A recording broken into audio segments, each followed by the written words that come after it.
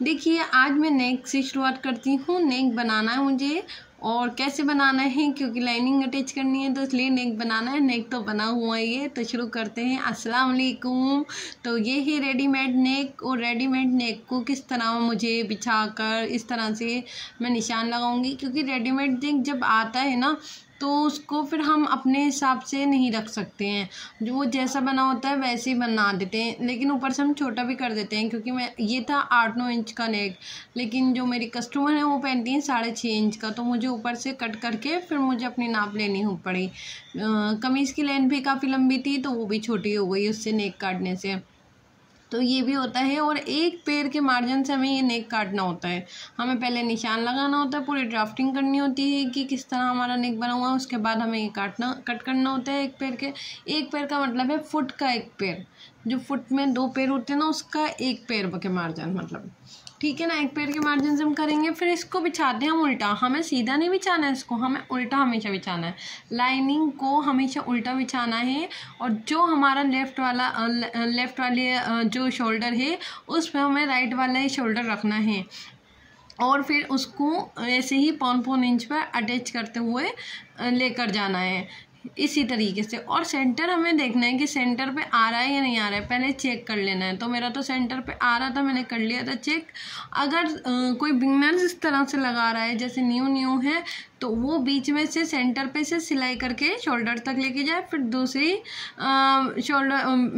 बीच में सेंटर में से सिलाई करके दूसरे शोल्डर पे लेके जा सकते हैं। तो इस तरह से हमें रखना होता है। एक जो लाइनिंग है वो उधर की तरफ होती है और जो कमीज़ है वो इधर की तरफ होती है। तो इन दोनों को हम लगाते हुए जाते हैं, और इससे बनता है हमारा परफेक्टली बहुत अच्छा सा, बहुत प्यारा सा नेक। तो देखेंगे आप आगे कैसे फिनिशिंग के साथ ये नेक बना है। देखिए बुकरम से भी हमें नेक बनाना होता है, हमें फ्यूजिंग भी ऐड करनी होती है नेक बनाने के लिए। लेकिन जो ये रेडीमेड नेक होता है ना, इससे बहुत ज़्यादा फिनिशिंग और बहुत ज़्यादा बेटर आता है जो हम फ्यूजिंग वगैरह लगाते हैं। हम फ्यूजिंग भी लगा सकते हैं, अगर नग वाला है कुछ है तो फिर फ्यूजिंग के इस्तेमाल ही करना पड़ता है हमें रेडीमेड नेक में। या फिर वो गला नहीं बना हुआ लेकिन नेक बना हुआ है, पाइपिंग लगी हुई है हल्की सी, तो वहाँ पर क्या है फ्यूजिंग का या बुकरम का ही इस्तेमाल होता है पूरा अस्तर अटैच होने के बाद। पहले हम नेक बना लेते हैं पहले हम लाइनिंग का नेक बना लेते हैं ऐसे ही इसके वो लेकर ड्राफ्टिंग करके, फिर उसके बाद हम उस पर अटैच कर लेते हैं। तो पहले मैं ऐसे करती थी, लेकिन अब मैं ऐसे ही करती हूँ, मुझे बहुत आसान लगता है ये तरीका। तो अगर कोई ऐसा नेट का या जॉर्जेट का आएगा और बिना खाली पाइपिंग लगी हुई आएगी तो उसमें हम ट्राई करेंगे। और अगर कोई ऐसा नेक आया तो मैं ज़रूर आपको वीडियो बनाकर दिखाऊंगी। अच्छा, मुझे कोई सपोर्ट नहीं करता, मुझे ऐसा लगता है कि मुझे कोई सपोर्ट नहीं करता। मैं इतनी मेहनत करती हूँ ना। हाँ, मैं बीच में वीडियो बनानी छोड़ देती हूँ, स्किप कर देती हूँ, ये होती है बात। लेकिन मुझे ऐसा लगता है कि मुझे कोई सपोर्ट नहीं करता, क्योंकि कोई कमेंट भी नहीं करता, कोई लाइक भी नहीं करता। मेरे वीडियो पर आते हैं सब चले जाते हैं। प्लीज़ मुझे सपोर्ट करें, क्योंकि मैं भी मेहनत कर रही हूँ जैसे और लोग मेहनत कर रहे हैं। जैसे आप लोग औरों को सपोर्ट कर रहे हैं वैसे मुझे भी सपोर्ट कर सकती हैं आप लोग। और सिलाई से रिलेटेड, इस्लामिक बातों से रिलेटेड, हमारे दीन से रिलेटेड कोई भी बात पूछनी है पूछ सकते हैं। कुकिंग से रिलेटेड भी पूछ सकते हैं, लेकिन कुकिंग में मुझे कोई ऐसी वो नहीं है। और अगर किसी को अपने चैनल का प्रमोशन करना है, अल्हम्दुलिल्लाह मेरे 2000 सब्सक्राइबर हो गए हैं, और आगे भी मुझे पता है कि ये बढ़ते जाएंगे, क्योंकि मैं इस पर मेहनत करती हूँ। हाँ, कम मेहनत करती हूँ, कम वीडियोज़ डालती हूँ, लेकिन मैं मेहनत करती हूँ जितनी मुझसे हो सकती है, जितना मैं टाइम निकाल के मैं कर सकती हूँ कि हाँ हो जाए। तो ये है, वीडियो बनाना भी एक वो बहुत बड़ी बात है, और फिर वीडियो को एडिट करना, उस पर वॉइस ओवर करना, कब हमें फ्री टाइम मिलेगा, कब हम वॉइस ओवर करेंगे, तो उसमें भी हमें बहुत प्रॉब्लम आ जाती है।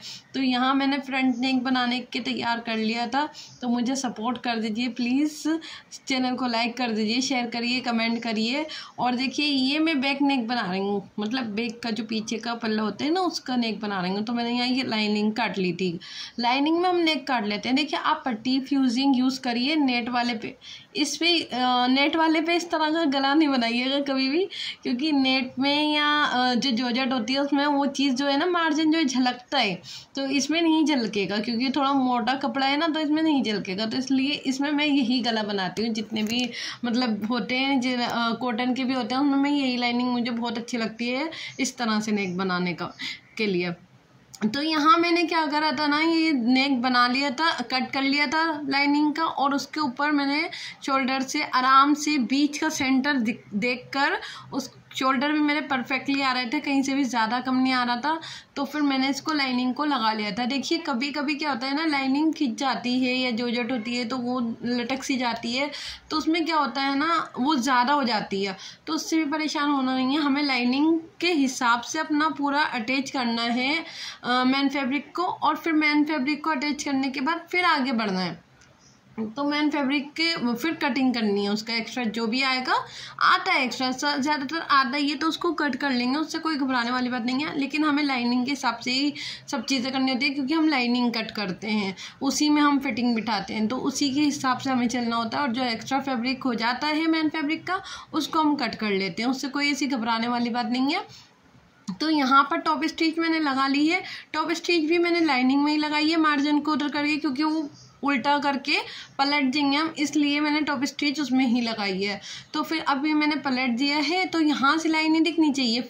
जो मेन फैब्रिक है, हमें सिलाई जो करनी है ना पॉइंट की, जो टॉप स्टिच करनी है, वो हमें इसी लाइनिंग के कपड़े में ही चाहिए करनी है, मार्जिन के ऊपर, ठीक है ना। लाइनिंग बिल्कुल मेन फैब्रिक पे सिलाई नहीं आनी चाहिए, इसका खास ध्यान रखें। और इसमें क्या होता है ना, अटैच कैसे करते हैं, हमने नेक बना लिया है, आगे पीछे का अटैच किस तरह करेंगे, जिस तरह हम अटैच करते हैं नॉर्मल नेक, उसी तरह हम इसको भी अटैच करेंगे। बैक साइड का पल्ला हमने रख लिया है, लाइनिंग को भी हमने कुछ नहीं करा, लाइनिंग जैसी है वैसी है, बस टॉप स्टिच लगाई है। तो लाइनिंग को मैंने अभी पीछे के बैक के कुछ नहीं करा है। और फिर उसके बाद मैंने ये जो फ्रंट पल्ला है वो बैक पल्ले के ऊपर रख दिया, जैसे कि हम नॉर्मल कुर्ती हम जोड़ते हैं, या हम कोई गला बनाने वाली कुर्ती को जोड़ते हैं, पट्टी को हम ऊपर कर देते हैं, फ्यूजिंग को ऊपर कर देते हैं ना फ्रंट के ऊपर, वैसे ही हम लाइनिंग को फ्रंट के ऊपर रख देंगे और उसको स्टिच कर लेंगे। मैंने अभी बताया आपको कि अगर कम ज़्यादा होता है तो थोड़ा बहुत हम कट कर लेते हैं, तो उसको कट कर लेंगे, जो भी एक्स्ट्रा पार्ट हमारा आ रहा है वो हम कट कर लेंगे, और लाइनिंग को उसके ऊपर फ्रंट के ऊपर रख देंगे। देखिए फ्रंट और बैक हम किस तरह अटैच करते हैं, उसको वैसे ही रखना है, फ्रंट और बैक को, लाइनिंग को कुछ नहीं करना, लाइनिंग जैसे रखी है उसको वैसे ही रखना है जैसे हमने नेक बनाया। और फिर जो बैक पार्ट है उसको ऊपर रख देंगे फ्रंट पार्ट के, और उसको स्टिच कर लेंगे। और ये दोनों जो है सीधे के ऊपर सीधा रखा है, बाहर की तरफ उल्टा ही है, ठीक है। उसको हम जो रखेंगे, तो दूसरे को भी मैं इसी तरह करूँगी। लाइनिंग देखिए जो टॉप स्टिच मैंने लगाई थी ना, वो लाइनिंग वैसे ही मैंने रख रखी है, ठीक है। फ्रंट रखा बैक के ऊपर, और फिर लाइनिंग जो बैक की है वो फ्रंट के ऊपर रख दी है। तो इस तरह से बहुत ही आसान तरीके से और बहुत फिनिशिंग का गला बनता है। मैं कहती हूँ बुकरम और फ्यूजिंग से भी फिनिशिंग का नेक बनता है, बहुत अच्छा लगता है मुझे तो ये बनाना। तो मैं तो ये बनाती हूँ इनमें ही, जैसे कॉटन के सूट हो गए या कोई झलकने वाला कपड़ा नहीं है तो उसमें मैं बनाती हूँ, क्योंकि उसमें मार्जिन नहीं दिखता है। लेकिन आपको नेट में जॉर्जेट में नहीं बनाना है ये नेक, उसमें फ्यूजिंग का ही यूज़ करना है। तो मेरी कैंची वाली काफ़ी ख़राब हो रही है और जाना नहीं हो रहा है, क्योंकि जब से मैंने ये जुपिटर की कैंची ली है ना, मुझे 6-7 महीने हो गए, वरना हर 15 दिन में मुझे चक्कर लगाना पड़ जाता था उसका कैंची की धार लगवाने का, और वो काफ़ी दूर है। तो अब मैंने इसकी कैंची की धार नहीं लगाई है, और आप देख सकते हैं, देखिए ये जो है ना, बिल्कुल मार्जिन पूरा हमारा अंदर चला जाता है, हमें कुछ करना नहीं पड़ता, गुम हो जाती है सिलाई इसकी। आगे से भी हमें ऐसे ही दिखेगा और पीछे से भी ऐसे ही दिखाएगा, ठीक है ना। बस इसका जो प्रोसेस है, बैक को फ्रंट के ऊपर रखा और जो लाइनिंग है उसको फ्रंट के ऊपर रख दिया पूरा, और उसको स्टिच कर लिया। तो बस यही इसका प्रोसेस है। तो ऐसे ही करना है, और ध्यान रखना है कि जिस शोल्डर को आपको रखना है, राइट साइड का राइट साइड पर रखना, और लेफ्ट साइड का लेफ्ट साइड पर ही रखना है। तो ये चीज़ देख लेंगे, एक बार चेक कर लीजिएगा, और फिर उसके ऊपर हम सिलाई लगा देंगे। हमें तुरपाई की भी इसमें ज़रूरत नहीं होगी। और आप फिनिशिंग देखिएगा कि कितनी अच्छी फिनिशिंग आ रही है। थोड़ा नींद में हो रही हूँ मैं, रात में वॉइस ओवर कर रही हूँ तो नींद में हो रही हूँ।